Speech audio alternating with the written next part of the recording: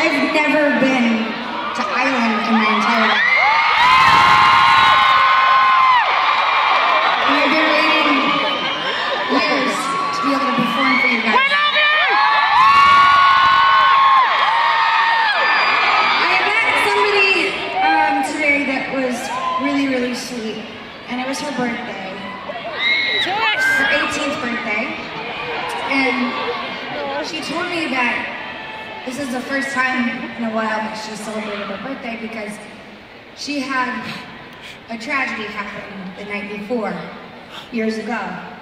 And I just want her to know, Tessa, that everybody has a guardian angel, and your guardian angel is here with you tonight, just like all of us have ours. I like to call them our nightingales. So Tessa, this goes to you and